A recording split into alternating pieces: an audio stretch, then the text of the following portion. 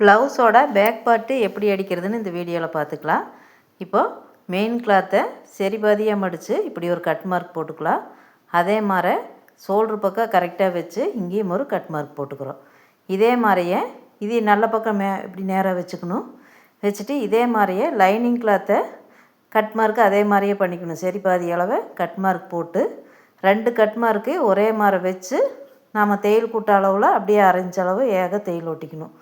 இப்போ 2 cut mark இப்படி ஒரே மாதிரி வச்சுக்கலாம். வச்சுட்டு நம்ம தையல் கூட்டிருக்கிறோம் பாருங்கள், அரைஞ்சு அந்த அரைஞ்ச அளவில் அடிச்சுக்கலாம். இப்படி ஒரு தையல் ஒட்டிட்டு வந்துக்கிறோம். இப்போ தையல் ஓட்டணும் கடைசியில். இப்போ மேலே நெக் பகுதி அடிச்சுக்கலாம். இப்போ நெக் பகுதிக்கு நான் ஏற்கனவே அந்த லாக் போட்ட மாதிரி நான் போன வீடியோவில் போட்டிருப்பேன். அது எதுக்குன்னா உள்கழுத்து நம்மளுக்கு அகண்டு வராது. இப்போ நீங்கள் கழுத்து பக்கம் அரைஞ்ச அளவு அப்படியே ஏகமும் ஒரு தையல் இப்படி ஓட்டிக்கலாம். நாம் என்ன அசைச்சாலுமே அந்த கழுத்து கொஞ்சம் கூட அகண்டு போகாது, அப்படி லாக் இருக்கிறதுனால. எப்போ லைனிங் வெட்டினாலும் இப்படி கட் பண்ணிக்கோங்க. இனி நாம் கழுத்து பகுதி வெட்டி ஒரு அறுக்காது போட்டு துணி திருப்பிக்கலாம். இப்படி ஒரு அறுக்காது போட்டோம்னா தான் அந்த வளைவு நம்மளுக்கு கரெக்டாக வளைஞ்சு கொடுக்கும். இப்படி இப்படி ஒரு அறுக்காது போட்டுட்டு துணி நல்லா திருப்பிக்கலாம். இப்போ பாருங்கள், துணி திருப்பியாச்சு. இப்போ கழுத்தோட அந்த எட்ஜிலேயே ஒரு தையல் போட்டுக்கலாம். ஏகமும் அந்த ஓரத்துலேயே அப்படியே ஒரு தையல் போட்டுக்கலாம்.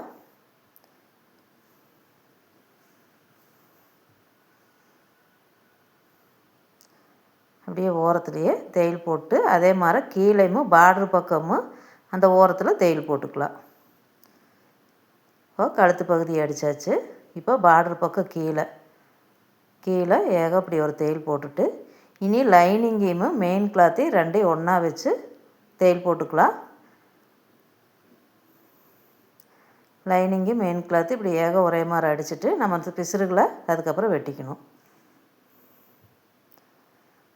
இப்போ பிசுறுகளெல்லாம் வெட்டி விட்டுறலாம். வெட்டி விட்டுட்டு இப்போ நம்ம தைச்சிருக்கிற அந்த பேக் பார்ட்டை சரி பாதியாக மடிச்சுக்கணும். மடித்து நம்ம ஷோல்ட்ரு பகுதிக்கு நேராக அப்படியே வரைஞ்சிக்கணும்.